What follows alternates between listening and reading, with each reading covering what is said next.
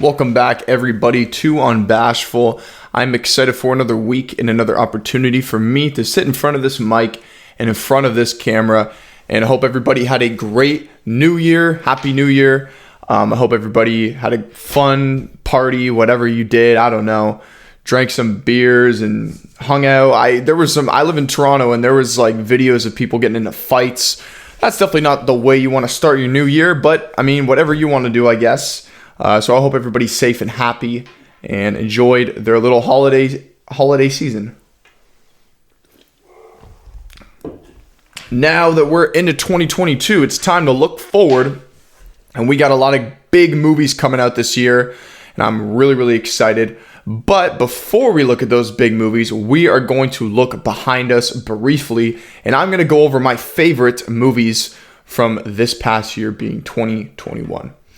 So we're going to do a top 10 list, as the title of this episode suggests.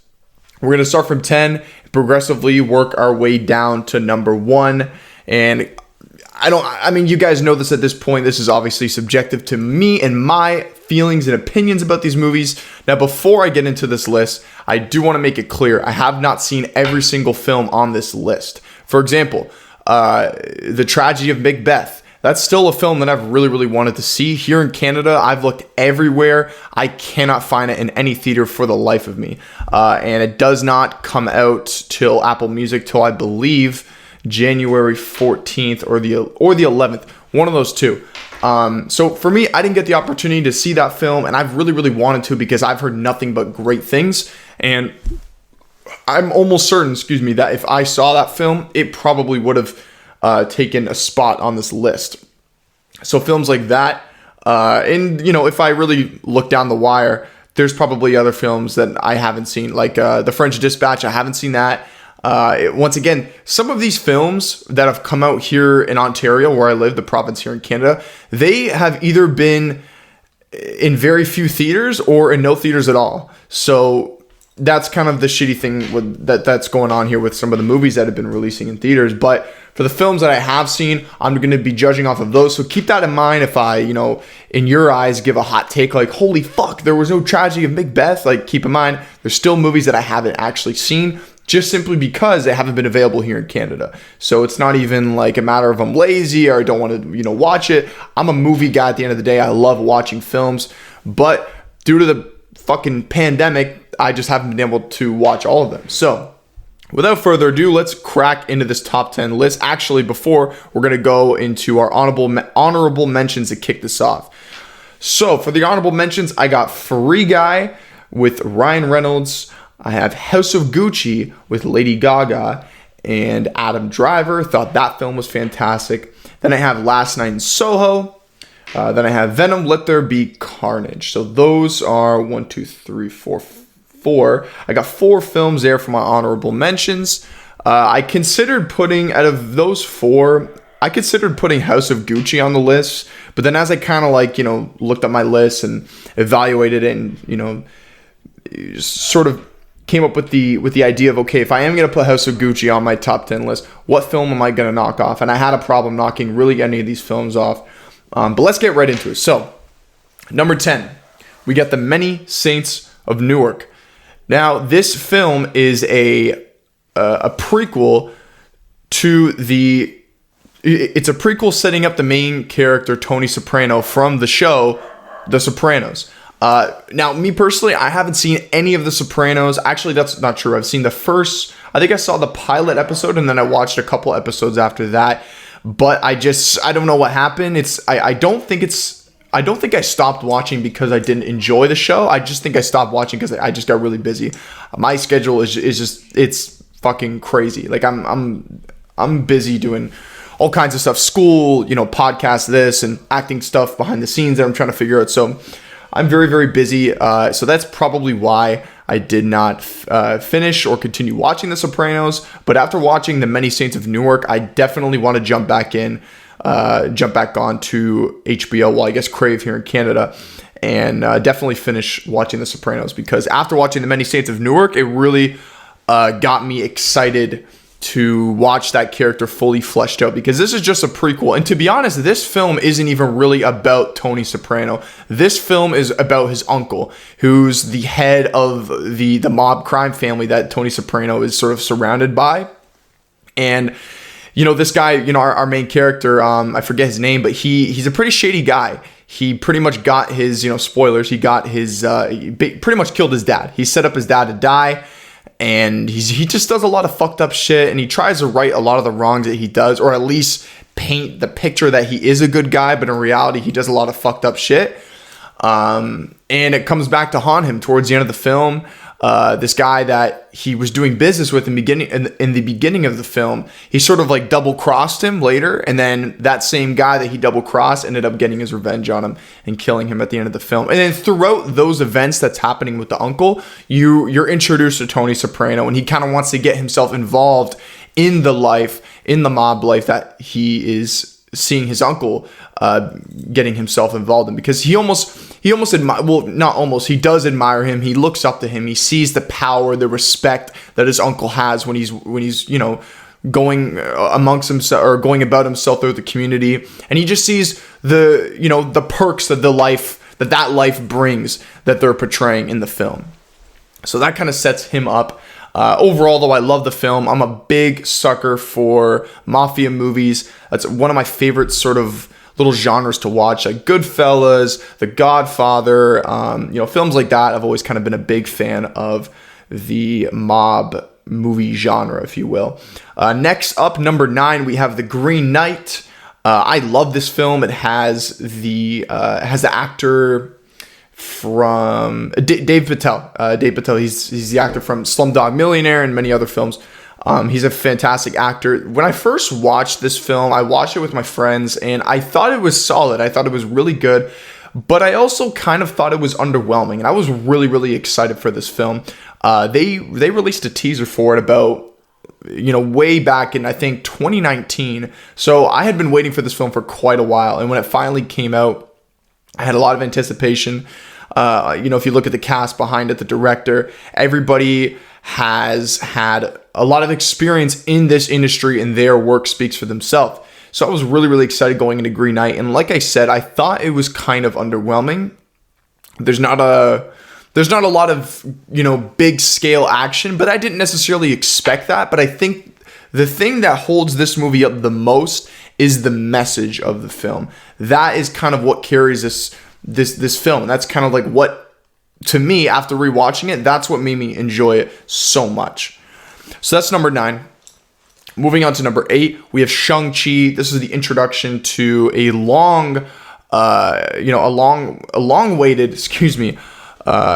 Marvel superhero. I'm stuttering here. Shang-Chi. And this is a character that I have wanted to see for a while in the MCU, and I know a lot of other people have. And I think Kevin Feige and Marvel, all the people, behind the scenes, I think they've just been waiting for the right time to introduce that character to the MCU.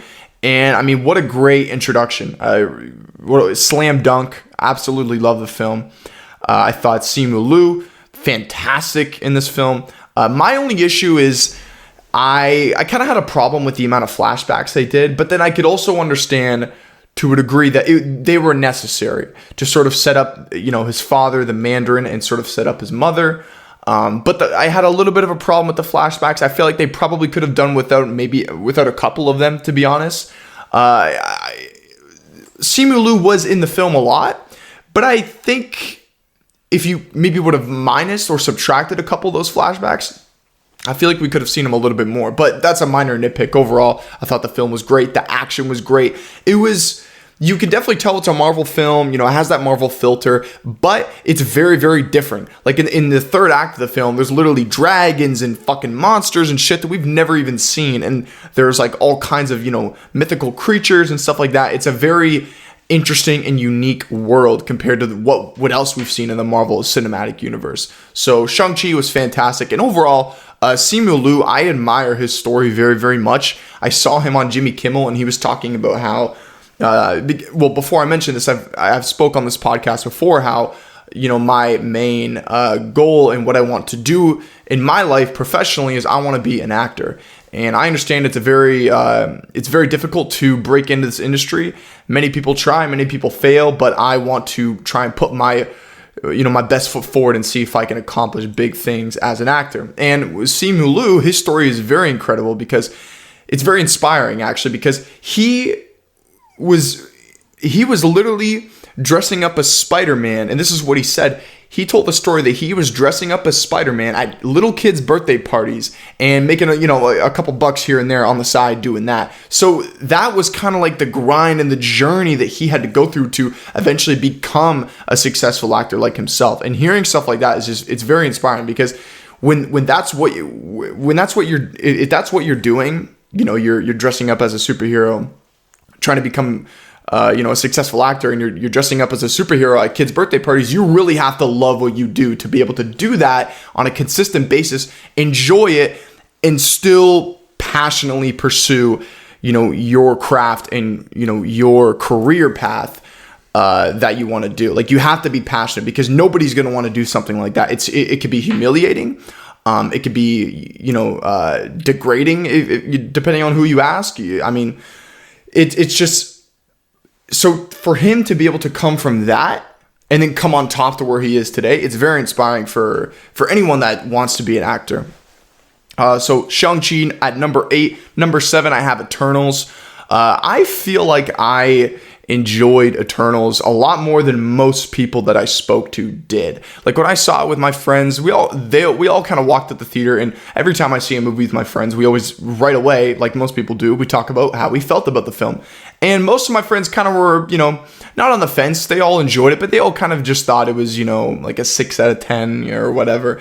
Me personally, I loved it. I personally would probably give it like a 9 out of 10. I'm a big fan of the grand scale Marvel films. I appreciate the grounded films, like Black Widow or, Captain America, The First Avenger, or even The Winter Soldier. Like, I do like those grounded films and those grounded projects. But for me, I've always enjoyed the big, grandiose films, like, films like Guardians of the Galaxy, Avengers Endgame, and, Infinity War, films that just take place like in the cosmic realm.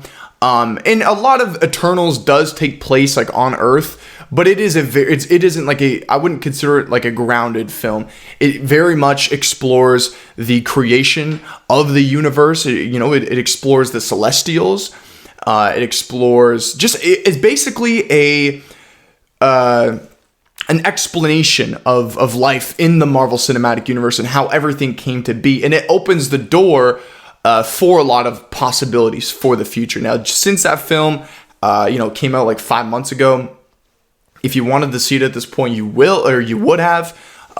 So I'm going to talk a little bit of spoilers, but the end credit scene for Eternals got me super fucking excited, because for anybody that, keeps up with the MCU, we all know that Blade is coming at some point. I think his film is supposed to be coming out in 2023, so next year.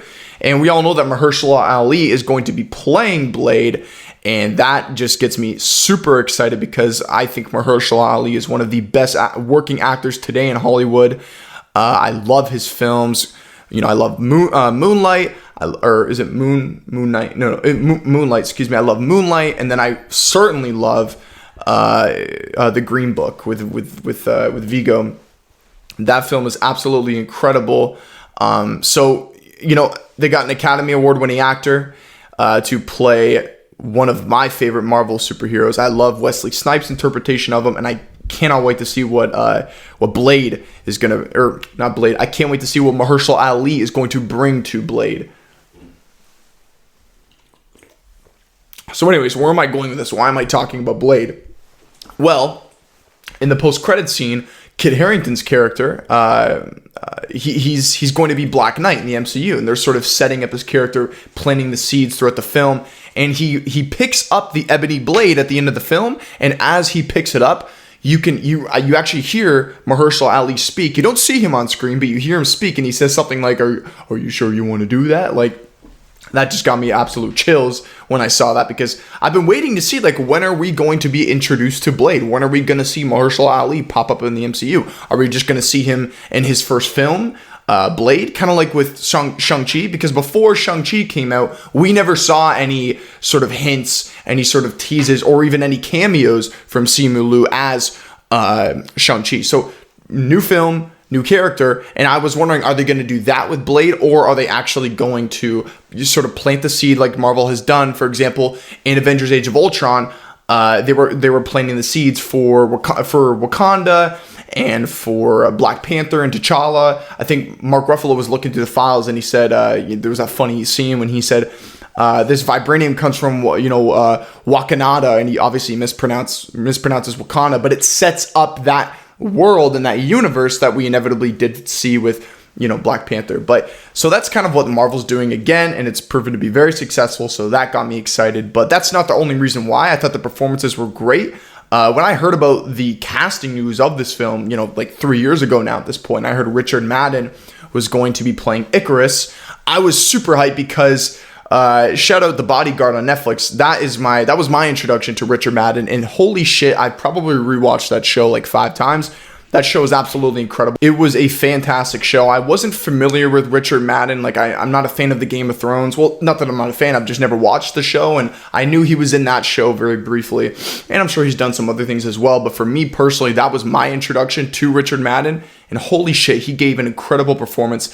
Essentially, what the short little synopsis is, The Bodyguard is about a bodyguard, obviously, and he is protecting this politician. And he sort of kind of, develops an affair with her. But along the way, he's obviously incredible at his job. I think he's ex-military in the show. But along the way, you discover that through his experience in the military, this guy is damaged. This guy is struggling with post-traumatic stress disorder. And it's something that's very prevalent in today's society. We see a lot of people that return from the army very different from who they were before. And it affects them and it hurts them. And a lot of them deal with, like I mentioned, post-traumatic stress disorder. So highly suggest you watch that show. But anyways, so he's in this film. Richard Madden is playing one of the main characters, Icarus. Then we have Gemma Chan playing Cersei, and I thought she was great. But one thing that was very, very interesting, and for those of you who don't know, I found this out right after I watched Eternals, and I didn't even notice this, but it's kind of interesting. So Gemma Chan was actually a character in Captain Marvel. She was a supporting character. I don't exactly remember what the name of her character, but she was a supporting character in Captain Marvel.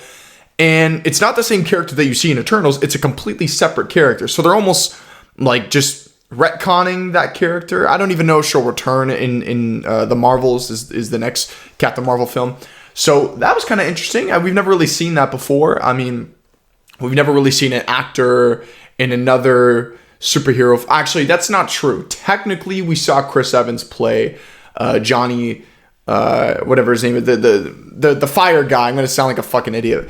What's his name? The Johnny Storm, I think his name is. I'm gonna sound like a fucking idiot. Let me just fix this real quick. But what I'm trying to say is, Chris Evans played one of the main superheroes in the Fantastic Four. The ones that weren't that great from back in the early 2000s, and obviously we all know and recognize him as Captain America now.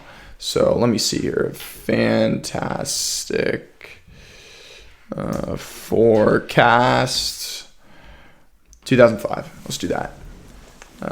The Human Torch. So I was way off. Thank God I corrected myself. I sound like a fucking moron. But anyway, so yeah. We've seen it before, but not really like this. It was kind of strange once I found out after. It didn't ruin my experience with the film at all. I still loved it, and I rewatched it, and I enjoyed it even more. But I thought that was kind of interesting.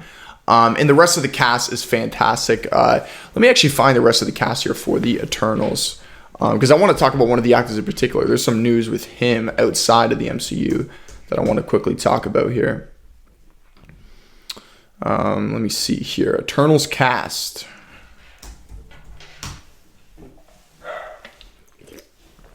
Okay, I like how the first person that pops up is Harry Styles, as if he was like a main character in this film.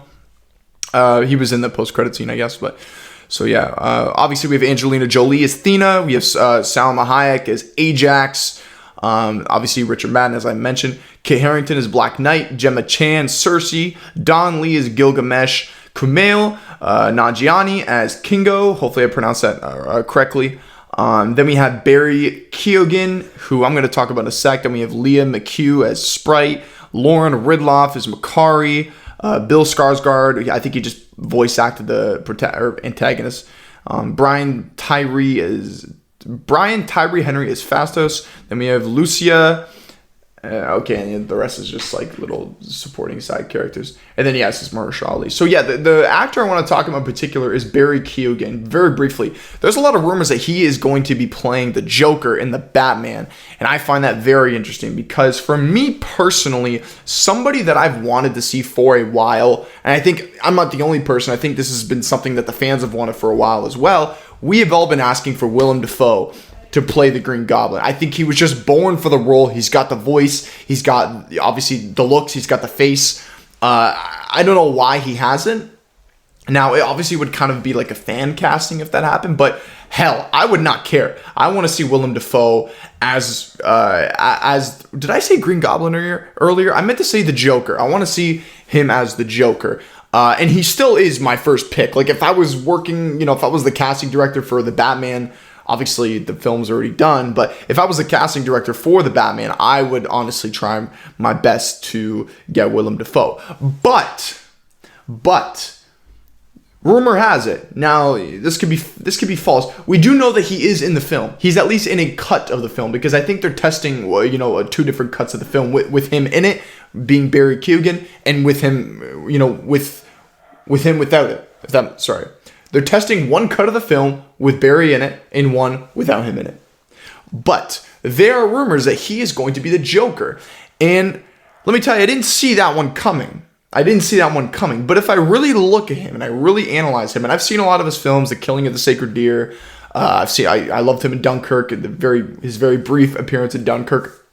I think he's an incredible actor, and he's starting to really kind of like, not break out, but I'm starting to, see him go a little bit more mainstream. And I honestly would not be against him being the Joker. Now, there's a couple pros about him being the Joker. One, he's obviously an incredible actor. Two, he's very young, right? So he could play, if they really want to stretch the Joker character out thin in this new Batman universe with Robert Pattinson, they could really keep him as the Joker for the foreseeable future. They could have something almost like the Arkham Knight games when the Joker's sort of like the head of all the crime in Arkham City.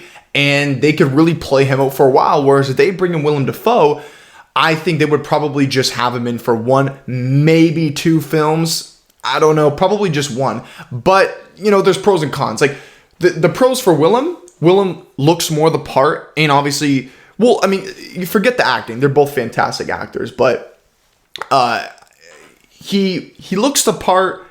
We've all wanted to see Willem Dafoe as the Joker for a very long time.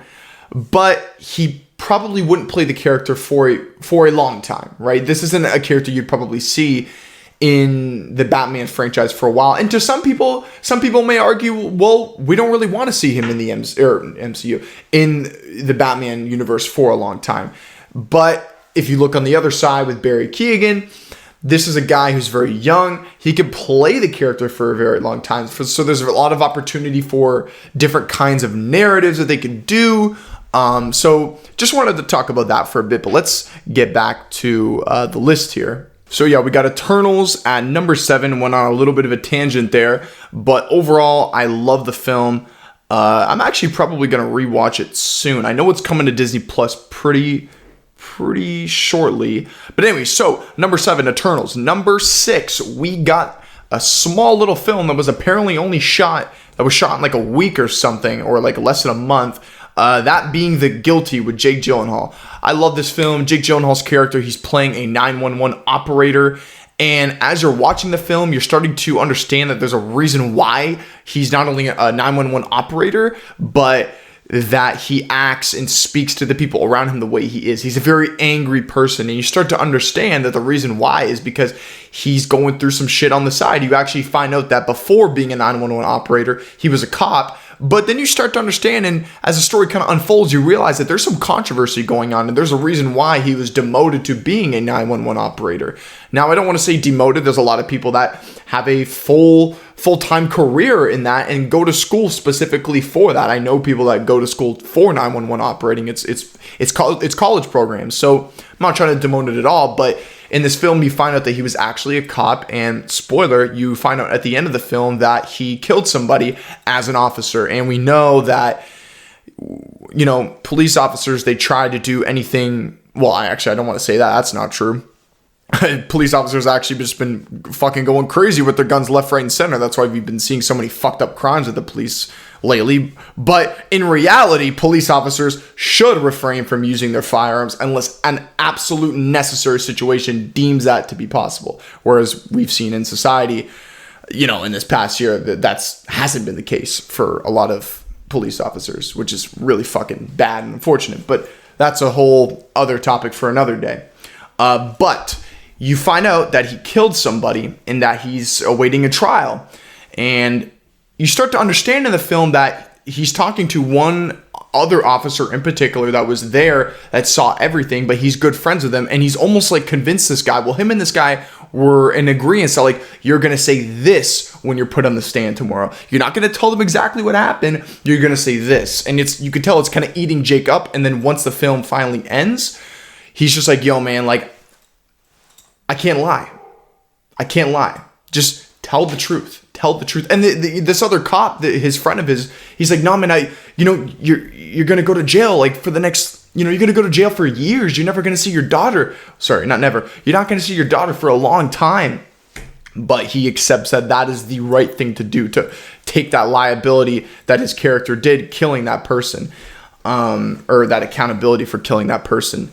Now, during the film, as himself being a 911 operator, he is helping this woman who the film makes you believe that she's being kidnapped and that her husband, has kidnapped her, and it's almost like a domestic case. The husband's kidnapped her, he's hurt the child, but then at the end, plot twist, you figure out that she is actually having almost like a manic episode, and that she actually, I think, killed one of her kids, or at least brutally harmed it, and then she's obviously she's harming the husband. And the husband, the film makes you believe that the husband is the one responsible because during the film we realize that he has a criminal record. So, he checks all the boxes as someone who would commit this kind of crime, but you actually realize that it's the girl calling the whole time, the girl who sounds like she's in danger, but really she's the one causing the danger. And Jake Gyllenhaal's he's trying to help her throughout this whole process. So The Guilty was great. You could watch it on Netflix. The next film you can also watch on Netflix. At number 5, we have Don't Look Up.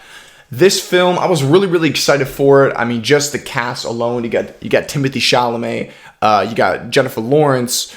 You got Meryl Streep, Leonardo DiCaprio, Jonah Hill, Tyler Perry, Cate Blanchett. The cast just goes on. And there's a lot of cameos from a lot of other big actors. Like we see Chris Evans towards the end. He had a funny cameo. I think there's a couple other, I just can't remember off the top of my head.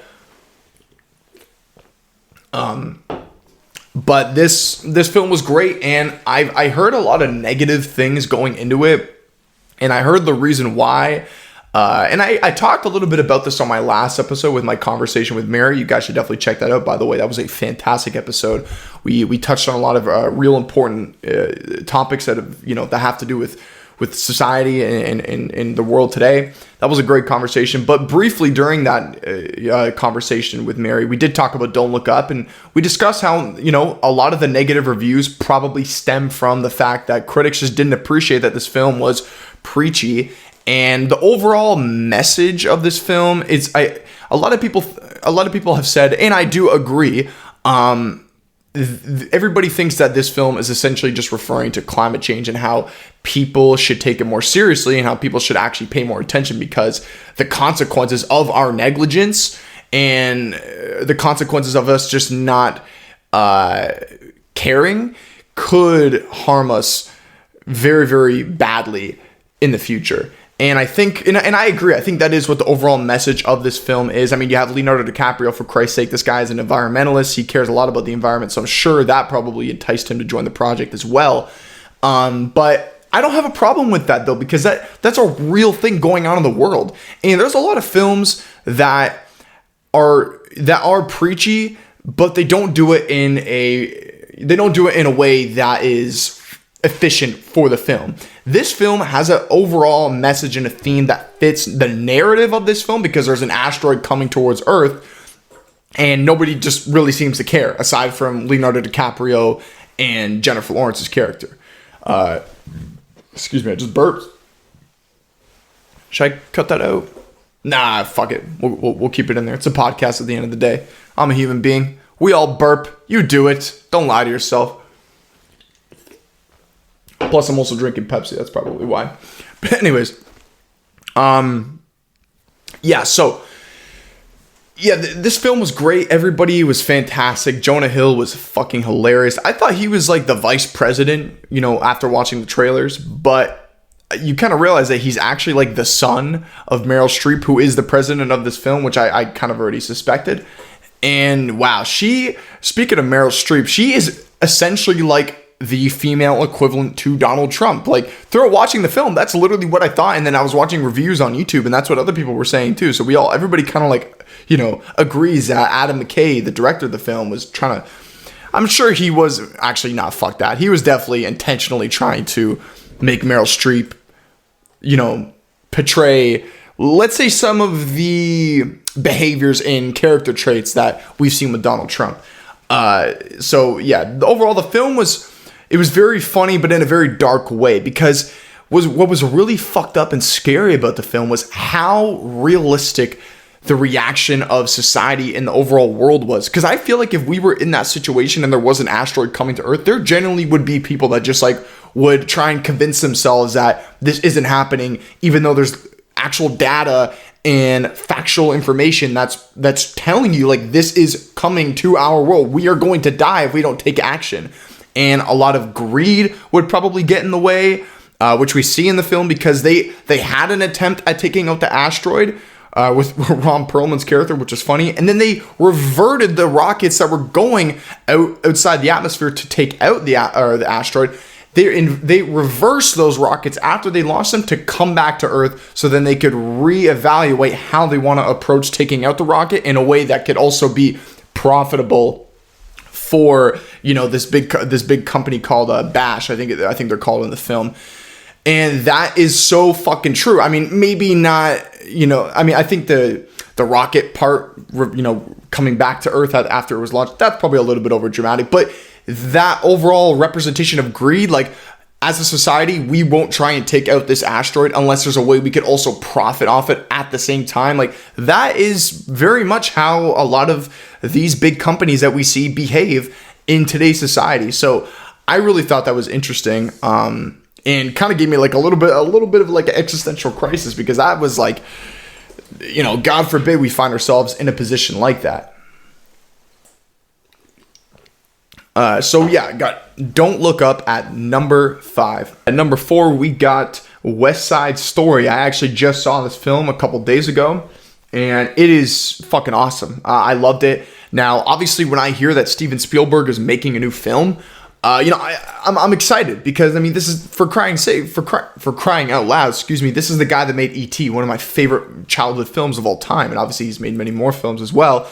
We all know his resume; it speaks for itself. So when you hear that he's making a new film, you're intrigued and you want to see what he's doing. And West Side Story just kind of further solidifies his greatness as a filmmaker. And there's a lot of people that will make an argument that he's the best director that this industry and this art has ever seen. I think there's definitely a very strong case for that to be made, and he just hits it out of the park. He hits another home run. This film is absolutely incredible. I know it was kind of based off a 1960s musical, but I didn't really know much about it, so I didn't really go in with the highest of expectations. I'll be quite honest with you. If Steven Spielberg wasn't directing this film, I don't know for sure if I would have seen it, just to be quite honest with you. Maybe not, who knows? But the fact that he was, and I'm a sucker for, it's the 60s and the 80s. Those are kind of like my, two favorite. Like if you give me a time machine, you give me, 2 decades to go out and live in the past, I'm going with the 60s and I'm going with the 80s. That's just me. But I'm a sucker for that kind of time period.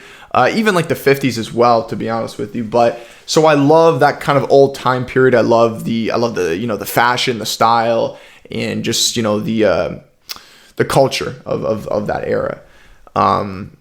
Now obviously there's some things not to love, like there was a lot of fucking racism and terrible things like that back then. But aside from that, but anyway, so this film essentially is depicting these two gangs in New York City, one being the Sharks and one being the Jets, and they both have two head guys that the film kind of follows. There's 3 really main characters that this film follows: the head guy of the Sharks and the head guy of the Jets, and then one guy who was a part of the Jets named Tony, who's really kind of like who's really the main character of this film, who you're kind of following, and you find out that he doesn't really want to be a part of that life anymore because he went to jail for almost killing a guy, and he's kind of changed. He's kind of learned from his mistakes. And he develops a love interest, but the love interest is the sister of the main head leader of the Sharks. So obviously he doesn't want his sister to have anything to do with this guy because he knows that he has ties to the Shark, or he has ties to the Jets, and hell, he probably thinks he's still a part of the Jets. And this big battle happens towards the end of the film between the two gangs. Both leaders die. Spoilers, sorry. It's a really great film. I kind of just spoiled part of it, but I'm not going to spoil the entire ending. My apologies for spoiling a little bit of the movie right there, but I'm telling you, there's still a lot more that I haven't spoiled if you watch the whole film, especially at the ending of it.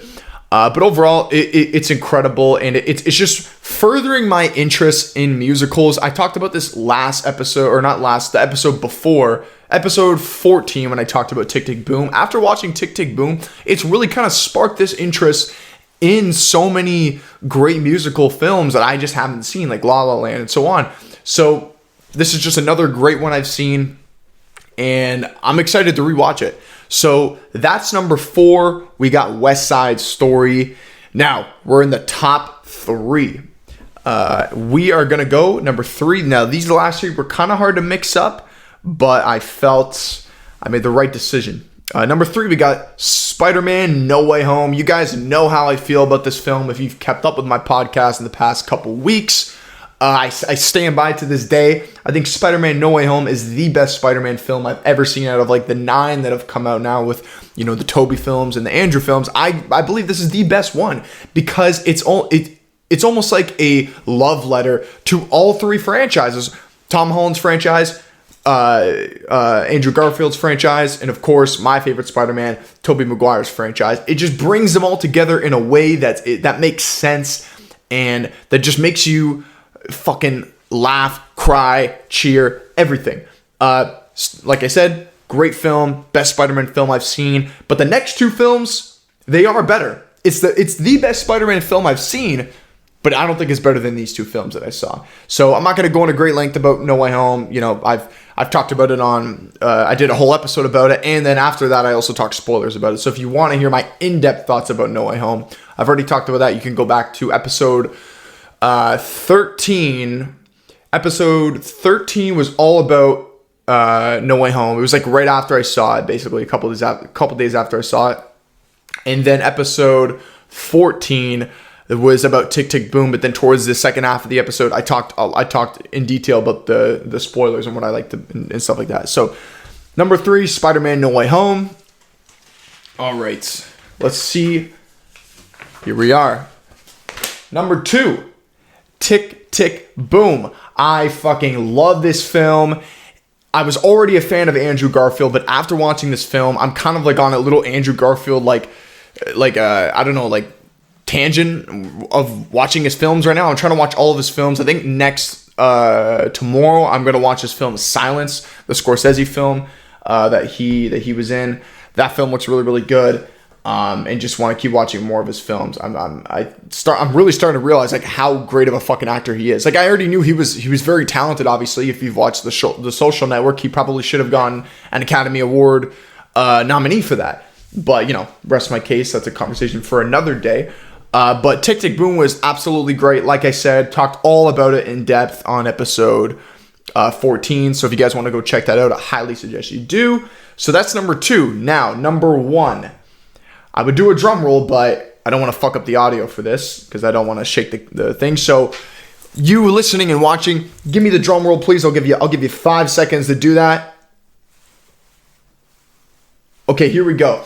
Number 1 is Dune, directed by Denis Villeneuve, starring one of the big actors right now. He's taken over Hollywood, Timothée Chalamet. This guy is just incredible. He's a once-in-a-lifetime talent, and he just continues to just showcase his excellence. He did fantastic in this film, and also, like I mentioned, Denis Villeneuve.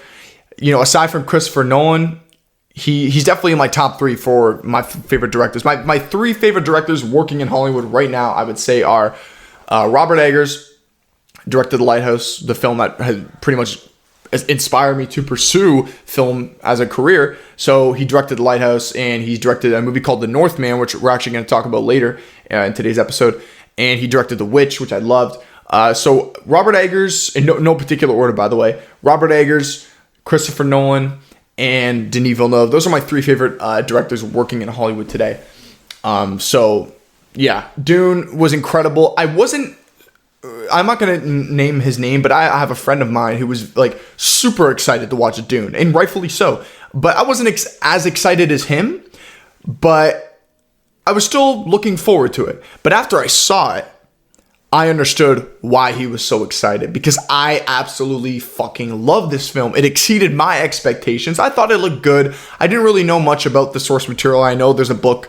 I know Dune is based off the book written by Frank Huber, I think. Let me get that right here. Yeah, it's based off a book. Dune book. Frank Herbert. Yeah. Okay. So yeah, it's based off the novel written by Frank Herbert. And I know there's been a couple attempts to try and take a crack at this franchise. There was a film. There was a Dune film from way back in the day. I think like the 70s or 80s or something. And I think there was like a TV series, but neither of them, ended up becoming successful. But this film was absolutely incredible. I love Timothée Chalamet's performance. I love Oscar Isaac as sort of like his father, the leader of that, the faction, that he's in. I forget the name of it. Across the board, just Jason Momoa, like just incredible performances. And let me just actually look up the cast real quick here.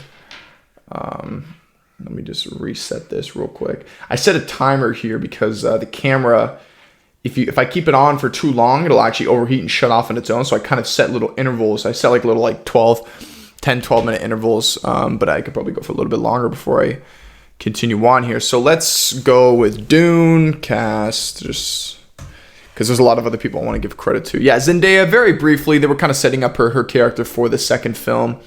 Rebecca Ferguson as Timothée Chalamet's mother, Lady Jessica, she was fantastic. Stellan Skarsgård as the villain of the film.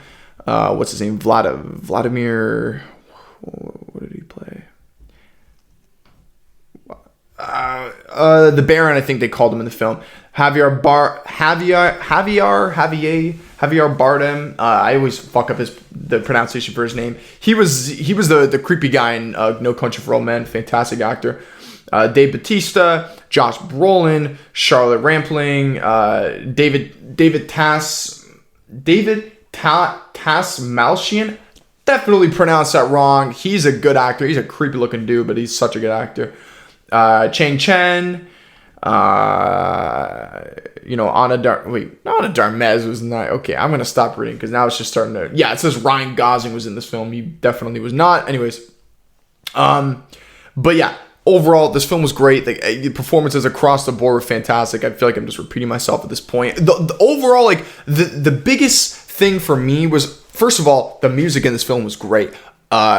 My favorite song from the soundtrack probably be Gam Jabbar. Really love that one. It's solid track. I listen to it all the time if I'm really trying to get like focused.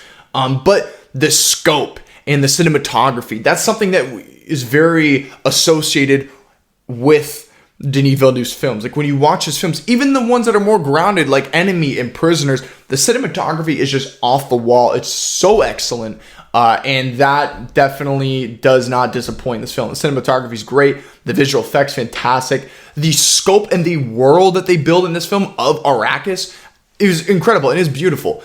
I don't think they could have done a better job. And I really didn't think this was going to be my favorite film of this year. Like that's why I'm actually kind of happy. I'm happy that I kind of ended this year with a pleasant surprise. Like to be honest, going into 2021, I was looking at the list of films and I was thinking, you know what, Spider-Man is probably going to end up being my favorite.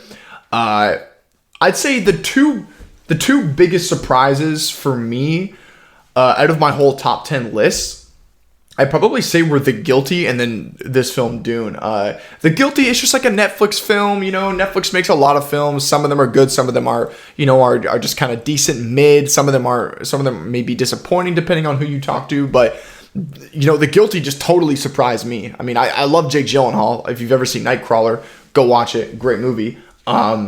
So that was definitely a surprise. I didn't expect that to be in my top 10 by the end of 2021. But then Dune, I kind of had a feeling was going to be in the top 10, but I definitely didn't expect it to be my favorite film of 2021. So that was a huge surprise. So 2021 is officially in the rear view now. We talked about my favorite films. Now let's transition to what I'm really excited to talk about. The films. First, we're going to talk about the upcoming films of 2022. We're just going to talk about them as a whole. Some of these films I'm going to talk about, I'm personally not very excited for them. But, you know, maybe you're a fan of a certain franchise and you don't really keep up with them as much. And then I might name a movie on this list here that you are a fan of and you're a fan of that franchise. And then, I've heard about, you know, I'll say, let's use Minions, for example. You know, Minions, The Rise of Gru is on my list here.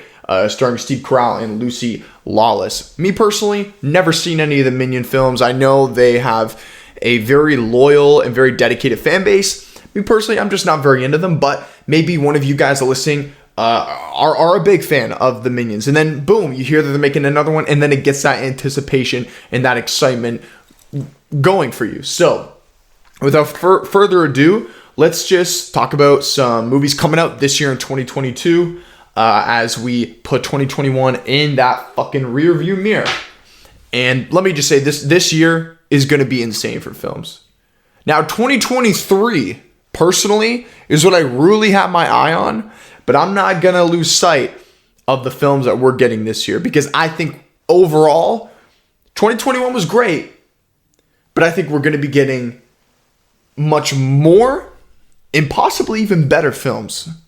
But that remains to be seen. But anyways, kicking off the list, we got Uncharted, starring Tom Holland, Mark Wahlberg. Not really interested, never really played the video games, but I know there's a very loyal, very dedicated fan base to that franchise, so it's exciting that we're getting another video game adaptation. Let's hope they can nail it right, because that's been the one, you know, big kind of plague. You know, haven't really seen a video game franchise transition to the big screen in a very successful way. There has been some good films, don't get me wrong. Sonic is a big one. I know that a lot of people really enjoyed that one, which we're going to talk about as well on here. So let's hope Uncharted can be that film to really break out of that mold, out of that, you know, difficulty that we've seen a lot of these video game franchises struggle with. Let's hope they can be the first. Next, we got Scream. Never really been a big fan of Scream. I personally just kind of find those movies a little bit cheesy, but hey, if that's what you're into, that's what you're into. That's starring Neve Campbell and Courtney Cox. Then we got The Northman. This is one that I'm super fucking excited for. Directed by Robert Eggers, starring Anya Taylor-Joy, Alexander Skarsgård, Willem Dafoe, one of my favorite actors in Hollywood today, who was also in one of my other favorite films I've talked about before, The Lighthouse, also directed by Robert Eggers. So we have, like I said, Willem Dafoe, and I think the cast, even goes further. It goes much further than that, if I'm not mistaken. The Northman. Let's get a plot synopsis here. The Northman movie. Cast. Yeah, so we got. I'll name who the people I haven't named. So we got Bjork. I apologize if I mispronounced that right. Nicole Kidman. Damn, that didn't know she was in here. Bill Skarsgård. Great. Ethan Hawke. Damn, did not know he was in this film. I can't even pronounce this guy's name, but I think they call him the Mountain. He's that really big dude from Game of Thrones. He's in that. He's a good actor. Then we got Ralph Ineson. I definitely pronounced his last name wrong. Really got to work on my pronunciations. But Ralph Ineson is a fantastic actor. He fits so well in these Robert Eggers films. He was also in The Green Knight as the Green Knight. He's a fantastic actor. He's got such a very recognizable voice. Like when it's Ralph Ineson when you hear him speak. You got Claes Bang. I've never really heard of him. Kate Dickey, another person who is very familiar and who has worked with Robert Eggers. She was the mother of the family in The Witch, and Ralph was the father of the family in The Witch. And then as for the rest of the cast, we have Murray MacArthur, James Harper Jones, Gustav Lind, Ian Gerard White, John Campling, Taj Murphy, and then the rest of the cast I haven't really heard of. I'm not really too familiar with these actors and actresses. But yeah, very good cast. Just down the line, incredible. And to be honest, the biggest thing that excites me about this film is just Robert Eggers. After The Lighthouse and after The Witch, this guy's 2 for 2 right now. He has hit it out of the park, and I've just been waiting to figure out what he's going to do next. But let's get an actual plot synopsis here. Because I know it has something to do with the sort of Viking era. And actually a trailer just came out. Trailer was incredible. Trailer was so good. But let's get an actual synopsis here. Let me see here. The Northman. Synopsis. Here we go.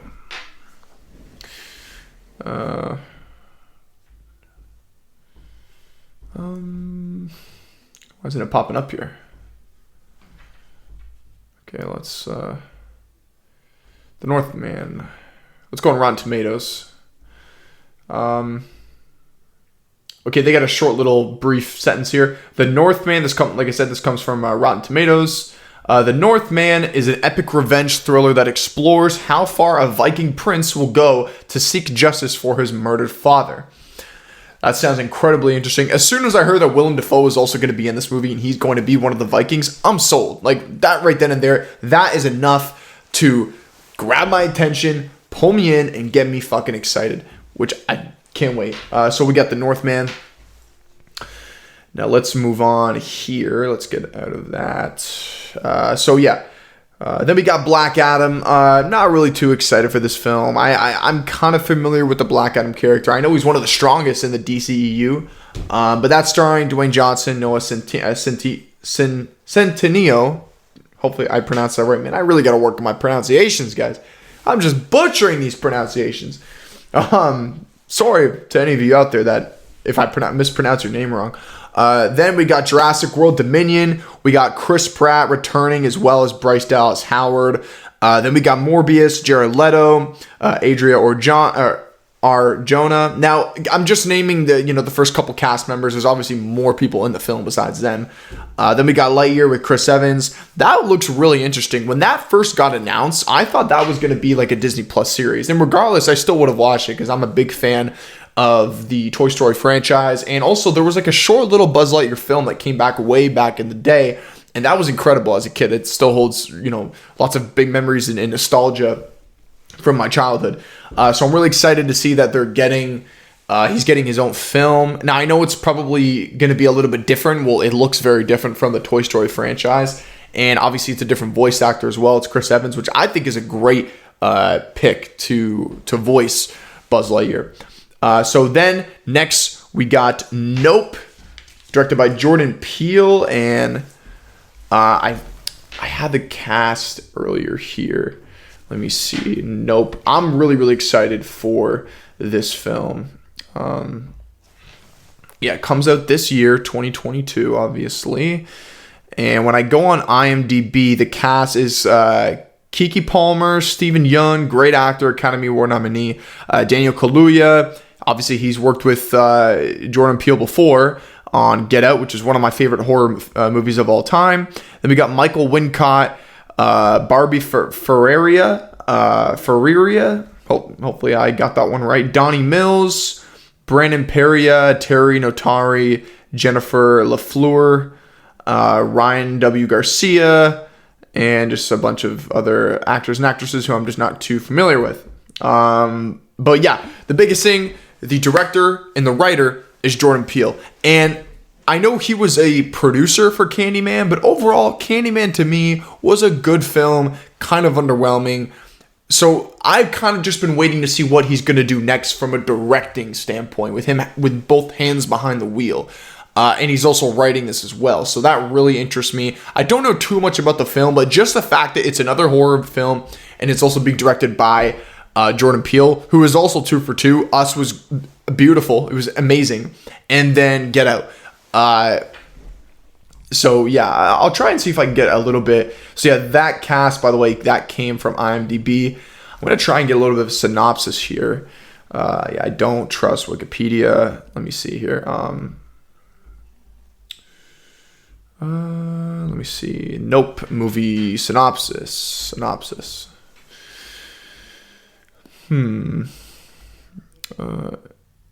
What is this film about?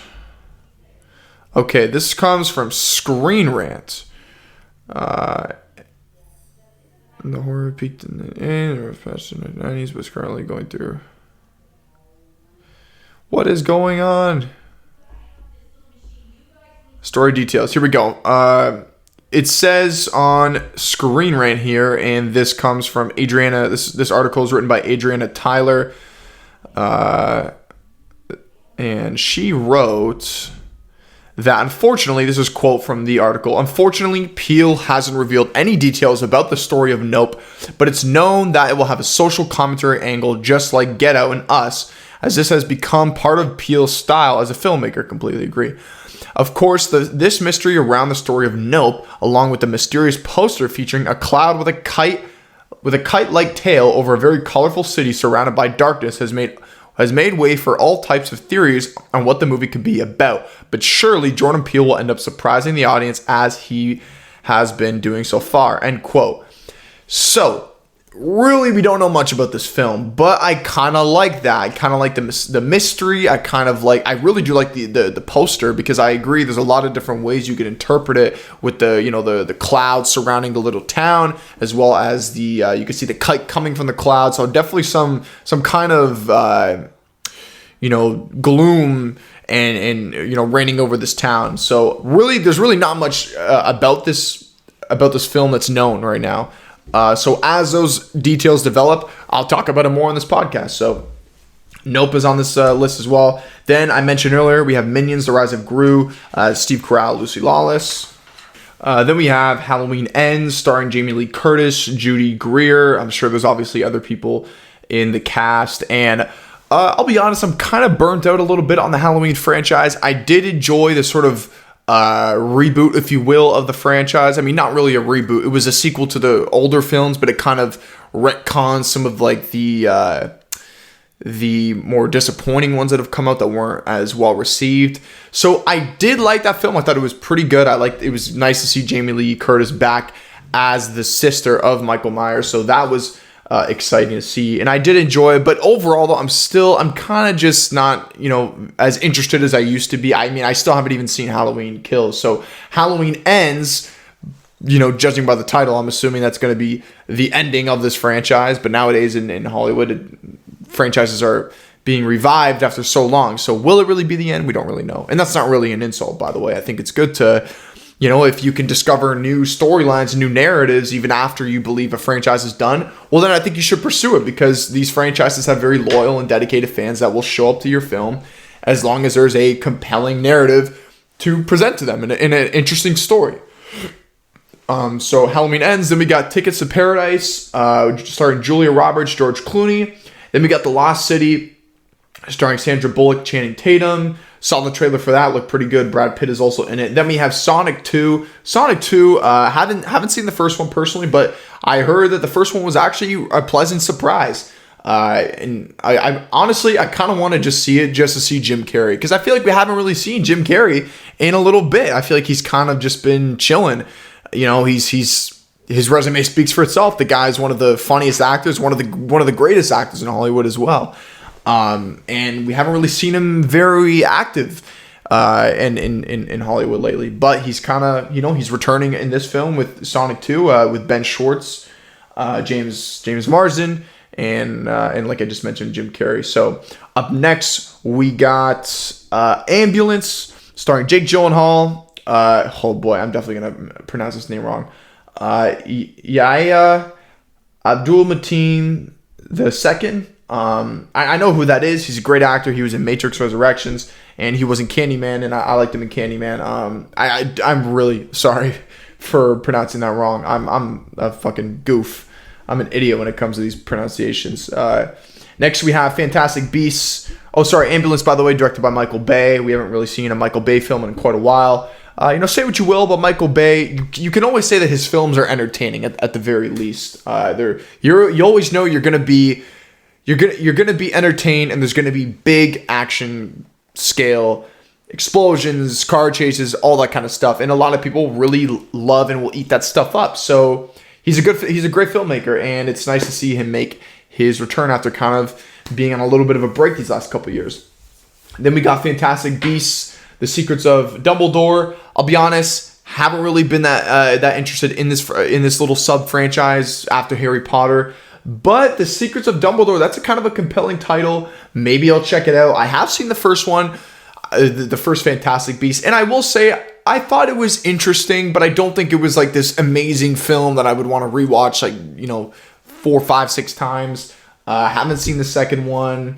I know that they recasted Johnny Depp's character of Grindelwald because of all the, in light of all that controversy with him and Amber Heard. So they recasted the Grindelwald character with Mads Mikkelsen. I think that's a great pick. I love Mads Mikkelsen. I think he's a fantastic actor. So they got Mads Mikkelsen, Jude Law, and Eddie Redmayne. Then we got Top Gun Maverick with Tom Cruise, of course, and Miles Teller. Love Miles Teller. For those of you who don't know Miles Teller, if you're finding him out right now who he is, I'm sure most people do. The first film I would suggest anybody to watch who hasn't seen any of his work, go watch Whiplash. Like, that film was incredible. So yeah. Then we got Spider-Man we'll get to that. Then we got Mission Impossible 7, another Tom Cruise film with him, Rebecca Ferguson, and I'm sure obviously more people in the cast. Now, with Mission Impossible, I've never been very interested in that franchise either, but my first experience with Mission Impossible 7 was the last one, the 6th one, and holy shit, I have been missing out, and I've been sleeping on this franchise for a long time, and now I'm actually really excited to see this one. After watching the 6th one, I kind of always looked, from afar, from somebody who hasn't seen any of the Mission Impossible films, I always kind of looked at them the same way that I looked at the Fast and Furious films. Just kind of like a popcorn film. I'm not saying they're bad, not at all.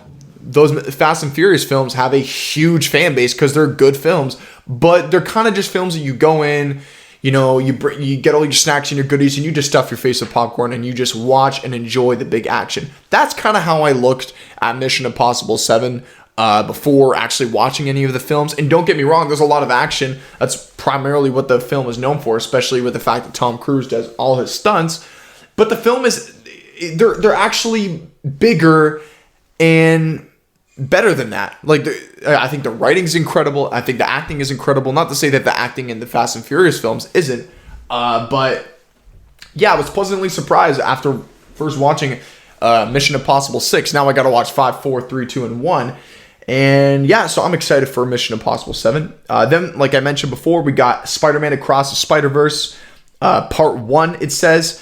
Now, I'm not going to lie, I do kind of think Into the Spider, the first one, Into the Spider-Verse, I kind of think that film is slightly overrated. I do really enjoy it, and it did surprise me.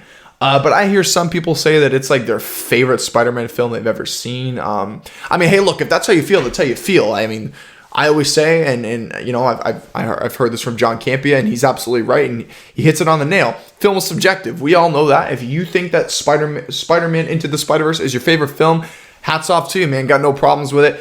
But for me, the way some people talk about it, they talk about it as if it's just like head and shoulders above any of the other Spider-Man films that have come out. I think that's a little, you know, extreme. But I mean, if that's how they feel, you know, who am I to say else otherwise? But besides that, the sequel to that's coming out. I am excited for it. Then we had The Flash. The cast members here, real quick. Couple of cast members at the top. We have Shameik Moore, Haley Steinfeld. Then we have The Flash with Ezra Miller, Michael Keaton. This is a film I'm incredibly excited for because we all know, if you've kept up with the film, that we got Ben Affleck coming back as briefly as Bruce Wayne as Batman, and then we got Michael Keaton coming back as Batman as well. One of the first and one of the best Batman we've had. Then we have Black Panther, Wakanda Forever.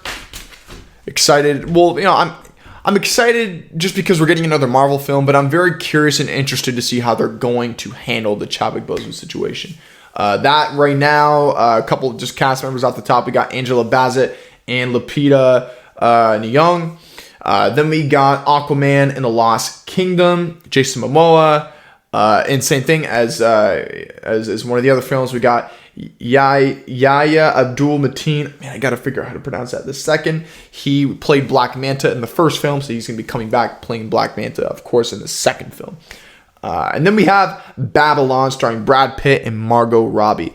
There are more films, obviously. That's not it, but you know, if I talked about every single film that's gonna be coming out in 2022. This podcast is going to be like 5 hours long, and I'll be honest, I don't think most of you are going to stick around for that long. Hell, most of you might not even stick around for the whole thing for this episode, so got to be realistic here. So that is just kind of some of the films, a little mix and mash of the films that are going to be coming out here in 2022. Now, I'm going to give you my top 10 personally most anticipated movies that are coming out in 2022.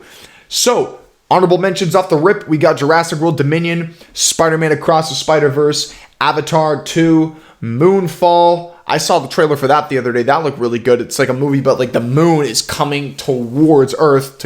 It's like an apocalyptic movie. That looks pretty interesting. And like I said, Fantastic Beasts and the Secrets of Dumbledore. I have, like I mentioned, haven't been very interested in this franchise, but I will say this film has me intrigued, just off the title alone. Okay, so those are the honorable mentions. Let's crack into the top 10. Starting at number 10, we got Morbius. I'm excited for this film, but I'm also kind of worried about it at the same time. Now, I'm excited for reasons I feel like I shouldn't, opposite reasons as to why I should be excited for this film. Usually, you should be excited for a film because of the character and because of the story. I'm more or less excited for the answers we're going to get with the Spider-Man stuff, because if you kept up with the trailers, you know that all three universes are tied into this film. We see the Oscorp Tower from the Amazing Spider-Man universe. We obviously see Michael Keaton returning from his character as Vulture from Tom Holland's universe. And then we see on a wall, we see Tobey Maguire's Spider-Man. So I'm more or less curious and excited to watch the movie and see how they're going to address the Spider-Man universes, which in my opinion is a problem. And I feel like a lot of other people share the same view as me. They're excited for the Spider-Man stuff rather than actually going to see the film for the Morbius stuff. Now, I'm intrigued with Morbius, but I'll be honest with you, I don't know much about the character. I know he's like a vampire, and I know he's a villain, and he's heavily involved in the Spider-Man comics and stuff like that, but I'm more or less seeing the film because I'm excited to see how they're going to handle the Spider-Man stuff. And I feel like that is kind of an issue with the overall film. I just hope the film doesn't fall victim of just setting up other films, which we've seen many, many times before. But yes, it is on my top 10. Moving on, number 9, we got The Flash. Sort of similar, to be honest with you, with what I just mentioned with Morbius. I'm excited for The Flash, not really because of Ezra Miller. I like Ezra Miller. I first saw him in Perks of Being a Wallflower. Thought he was incredible. He's a very talented actor, although I don't really know how they're handling that situation with him, because he literally hit a woman. So I don't know what's going on with that. That's really bad. But anyways, I'm seeing this film similar to the reasons why I'm seeing Morbius, because we know that there's multiple Batman in this film, and I wonder how they're going to address that situation. And this film has also been rumored to sort of fix the DCEU and the sort of continuity errors that we've had now ever since the Justice League. So I'm interested to see how they're going to address the overall DCEU and the problems that universe has faced lately. And I'm also interested to see how they're going to address the Batman stuff. I'm not very interested in the Reverse Flash stuff and the Ezra Miller stuff with him as Flash. I've never really been a big fan of that character. That's just me personally. I haven't watched the Flash show with whatever, I forget the actor's name, but so that's just me. Next we have Don't Worry Darling, and I was doing my research and this film looks really, really good. It's directed by Olivia Wilde. It stars Florence Pugh, Olivia Wilde herself, Harry Styles, which is Olivia Wilde's boyfriend if I'm not mistaken. Let me actually double check that here.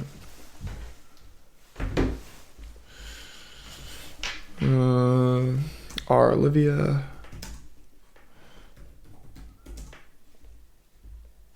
Let me see here.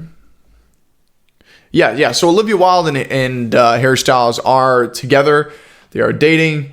So I mean, we've seen many times, actors and actresses who are in a relationship together work with each other. That's nothing new to Hollywood, but it's interesting to see that. And I'm also very excited to see Harry Styles kind of explore more of his acting, because I think he's a really good actor. I thought his brief role in Dunkirk was a really good sign of what could come with him as an actor. And I think he's a really, really good performer overall. And then we got Chris Pine, and then we also, who I talked about earlier, then we have Gemma Chan in this as well. So that's a really good cast. And I was reading the synopsis earlier, but I don't want to explain it incorrectly, so I'm going to find the synopsis here real quick. Don't Worry Darling. It's a psychological thriller, which is right up my alley. That's like one of my favorite genres of films to watch. Films like Shutter Island, films like The Lighthouse, films like One Flew Over the Cuckoo's Nest, stuff like that. Great films like that. Synopsis, here we go. So, a 1950s housewife, this comes from IMDb. A 1950s housewife living with her husband in a utopian experimental, that's the part that sounds very enticing, and a utopian experimental community begins to worry that his glamorous company may be hiding disturbing secrets. That is always the most interesting plots, kind of like underlying, controversies and hidden secrets that are buried deep beneath the characters, and when the characters realize, that's when things get really, really interesting. So, like I said, the cast looks phenomenal, and I'm really excited to continue to see Harry Styles kind of show off his acting capabilities. And I've seen some of the behind the sets photos. This movie looks like it takes place in like the 70s or 80s or maybe even 60s. That could just be the aesthetic. I mean, it did also say experimental, so maybe this is kind of like, honestly, when I read this, I kind of get Truman Show, vibes with the way they're describing it. I could be completely wrong. The film may be, and it probably is, going to be something completely separate from that kind of film, but with the overall experimental community, kind of like how in the Truman Show with Jim Carrey, it took a while, but he realizes that his life and his day-to-day activities are all being monitored, and it's essentially a set in a TV show that he's living in. People are actors. People are there to pretend that he is living this life, and he realizes that it's just all a shtick, right? It's a fugazi, it's fugazi, or whatever, however the hell you say it. But so that sounds pretty interesting. Next, we got number 7. We got Killers of the Flower Moon. This is going to be the next Scorsese film. I'm absolutely excited. Love Martin Scorsese. I mean, everybody knows this guy from Taxi Driver, Wolf of Wall Street, Goodfellas. We all know, we all love Scorsese's work. This movie has Leonardo DiCaprio, Jesse Plemons, and Robert De Niro, and I think there's more cast members. And I'll get another synopsis out here real quick. Let me see here. I'll just stick to IMDb. Killers of the Flower Moon, 2022. And this synopsis says, members of the Osage tribe in the United States are murdered under mysterious circumstances in the 1920s, sparking a major FBI investigation involving J. Edgar Hoover. Hopefully I pronounced it correctly. And written by David Gran, who apparently wrote this is also based off a book, a novel. And another writer is also Eric Roth. And then obviously the stars, like I mentioned, Leonardo DiCaprio. Let me see the full stars here. So we got Leonardo DiCaprio, Jesse Plemons, Robert De Niro, Brendan Fraser. Damn, have not seen him in a while. Shout out to Journey to the Center of the Earth. John Lithgow. I'm not too sure who that is. Barry Corbin. We got Louis Cancelimi. I don't really know the rest of these people, to be quite honest with you. It's not even like I can't pronounce their names. I'm not too familiar with them. But overall, looks very interesting. And there's no trailer or anything. They've just released a little behind the scenes clip of Leo. And then I assume that's Jesse. I assume that's Jesse Plemons also at the table sitting next to him. And no Robert De Niro in that picture, but it's just them two sitting at the table. And I don't know why, it just looks really, really good. Then next, number 6 on my list for most anticipated films, top 10 most anticipated films of 2022. I got Black Panther: Wakanda Forever. I'm very intrigued to see how they handle the situation. This has been a big topic of discussion. A lot of people have felt they should recast him, or some people feel like they should try and find a way to honor him. And you can make the argument that regardless of what they do, he can be honored if they recast him, and he could also be honored if they don't recast him. I am personally of the opinion that I don't think they should recast him. I originally thought that they should have recasted Chadwick Boseman's character of T'Challa. But as time went on and I sat back and I digested it and I thought about it, I thought there are many different ways they could go to honor him in a way that they don't recast him. And there could still be a new Black Panther. I think people are just thinking Black Panther's done. Like the whole character himself. I think there will be a new Black Panther. But I think they're going to do it in a very unique way that still recognizes T'Challa and what he did with the Avengers in Endgame and Infinity War. But I think there's going to be a new character to fill in those footsteps. Now, I've heard a lot of people say it's going to be his sister Shuri. It could be. I've heard a lot. Like, apparently that's what happens in the comics. Don't take the comics as, the end all be all, because we've seen in a lot of these Marvel films, they've used stories. They've used ideas from stories, but changed things in many, many ways. I mean, if we look at Age of Ultron, that's completely different from how it was represented in the comics. You know what I mean? So, take that with a grain of salt. Yes, in the comics, Shuri at some point did take over that Black Panther mantle. May not happen in the film, but it could. That remains to be seen. But anyway, so number 5, I got Thor: Love and Thunder. Thor: Love and Thunder. I'm super excited for. I don't hear enough people really talking about Thor: Love and Thunder. I think once we get a trailer out for that will definitely spark some interesting conversation. Thor: Love and Thunder. Let me see, IMDb.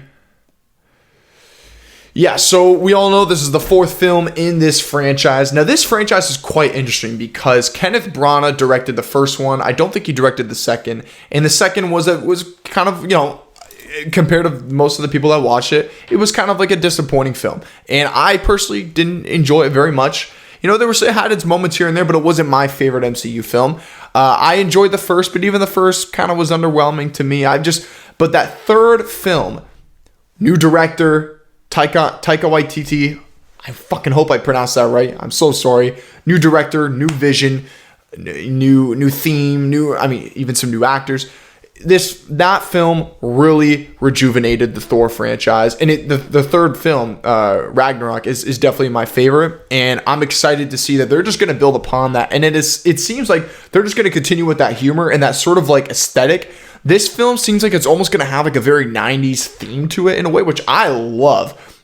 you can just tell by the font in the title card where it says Thor: Love and Thunder. It just screams that nostalgia and that sort of 90s, 80s aesthetic. And also, if you look behind the scenes, Thor actually, first of all, he's jacked again. He's got his muscles back. He's out of that, fat Thor phase that we saw in Endgame. And we see he's got his muscles back, and he's wearing like a shirtless leather jacket. Or a sleeveless rather leather jacket, and everything just screams 90s and 80s, while still, I'm sure there's still going to be new elements. I'm sure this film will also be cosmic as well, which is what I'm also looking forward to. And yeah, we got the Guardians coming back. Apparently they're going to have a significant role in the film. I assume they'll probably just be in the first half, which is still great. So yeah, Thor: Love and Thunder, can't wait. Natalie Portman's also coming back as well. That's going to be quite interesting since she wasn't in Ragnarok. Excuse me, but they have referenced her. She was referenced in Avengers Endgame when Thor was kind of talking about the stones and sort of talking about his experience in Thor: The Dark World. All right, so number 4, as we get down to this top 3 here as we're approaching, got Doctor Strange: Multiverse of Madness. This film looks incredible. I was quite upset. Well, not quite. I was a little bit disappointed when I heard that the original director wasn't returning. I think his name is Sam Levinson. Let me double check. I feel like I know it's Sam, but the last name, I feel like I'm getting that wrong. Doctor Strange. Benedict Cumberbatch. Doctor Strange. Let me see here. 2016. Sorry, wow, I was way off. Good thing I looked it up. Scott Derrickson, big horror guy. He's directed a lot of fantastic horror films. He also co-wrote the film along with John Spates and C. Robert Cargill. The first one being that. So he's not returning to direct. Apparently, he had a very different vision as to how he wanted to direct the Thor or the Doctor Strange sequel, and it just didn't fall in line with Kevin Feige's vision. And to be honest, I trust Kevin Feige. He hasn't really let us down at this point. So clearly he had a plan, and they ended up getting a great director in Sam Raimi, who directed, in my opinion, the best Spider-Man that we've had with Tobey Maguire. I love Tobey Maguire, and I love his films. Say what you will about the third film, but it still holds a special place in my heart. And I'm really excited. He's made some great films outside of the Spider-Man universe. So I can't wait to see what he's going to do with Doctor Strange. And he is incredible at directing fight sequences. As much as people don't like Spider-Man 3, that scene when Tobey Maguire is fighting Harry, when Harry kind of becomes little Goblin Jr. or whatever, that scene was incredible. When Peter's fighting in his street clothes, that first interaction was great. Just as an example. And we know that Elizabeth Olsen is going to be co-starring in this film as Wanda Maximoff. Then we got Rachel McAdams as returning as Dr. Christine Palmer. Then I don't even know if this is going to be a tough one to pronounce. I'm not even going to take a crack, but Gomez, I can't pronounce her first name. I'm sorry. I could try. I don't want to fucking embarrass myself. I've already probably done that enough this episode with pronouncing names. Gomez as America Chavez, a big character in the Marvel Cinematic Universe. Apparently she can travel in between time or portals. I don't know too much about the character. Then we got Michael Stolbarg as Dr. Nico Dumas West. Not too sure who that is. Then we have Chiwetel Ejiofor. Once again, so sorry, man. As Mordo, he was also in the first film as well. Fantastic actor. He was great in 12 Years a Slave. And then obviously we have Benedict Wong playing Wong. So yeah, can't wait. Super excited. And if you've seen Spider-Man No Way Home, you know that is going to sort of be the catalyst to this film being Doctor Strange Multiverse of Madness, because we know that Wong said, Strange, don't cast that spell, the one that he tried to cast in the beginning of the film that was going to make everybody forget Peter Parker's identity.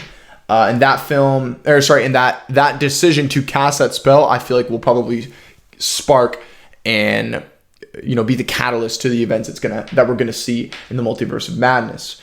Then talked about this film earlier. At number 3, I got Nope.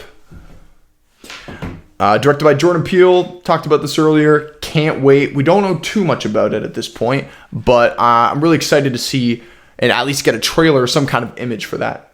Then we got The Northman. Talked about that earlier. Robert Eggers, Willem Dafoe, Alexander Skarsgård. Looks incredible. Now, the number one film. I have not talked about this in this episode. I've talked about it before, but I haven't talked about it in this episode thus far.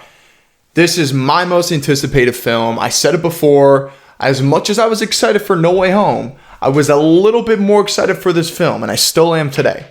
And that is The Batman, directed by Matt Reeves, starring Robert Pattinson, Zoe Kravitz, Paul Dano as a Riddler, Colin Farrell as the Penguin. I cannot wait. I truly do think my expectations are through the roof. I truly think this film has the potential to be the best Batman film of all time. Yes, I mean that better than the Bale films. Obviously better than George Clooney. We don't even got to talk about that one. Great actor, but that movie was, yeah. Anyways, so better than George Clooney, like I mentioned, obviously better than Val Kilmer, and better than obviously Adam West and Michael Keaton. I think this film has the potential to do that. It's looking like it's approaching it from the tone to the direction, to the fight scenes, to the storyline. It seems like it's a completely unique approach that we haven't seen yet at all. The director, Matt Reeves, keeps saying that this is going to really explore the detective aspect of Batman. Now, we've seen little elements of that, especially in the Bale films, and a little bit in the Michael Keaton. Oh, I forgot about Ben Affleck as well. My bad. We've seen it a little bit with Ben Affleck, and yes, I do think this has the potential to be better than Ben Affleck, although I will say it was kind of sad because I actually did really like Ben Affleck. I think Ben Affleck was sort of the most comic book accurate version of the character. His suit resembled very much of the Frank Miller adaptation of Batman. He was kind of like that older Batman, whereas with Robert Pattinson, we're seeing him, I think they said in year 2 or year 1, one or the other. Either way, it's not an origin story.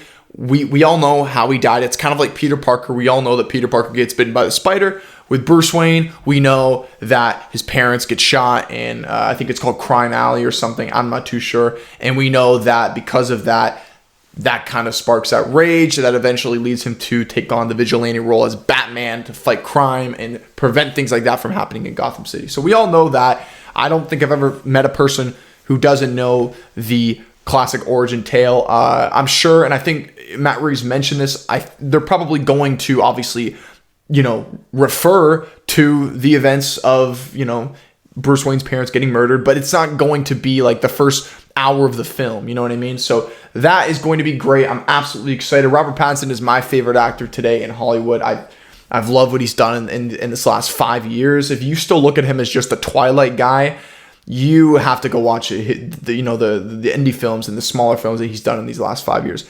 Take the time to watch those. You will understand this guy is an incredible once-in-a-lifetime talent. Like I said, Zoe Kravitz is Catwoman. Can't wait to see her in that role. Paul Dano as a Riddler who looks like the Zodiac Killer. That looks insane.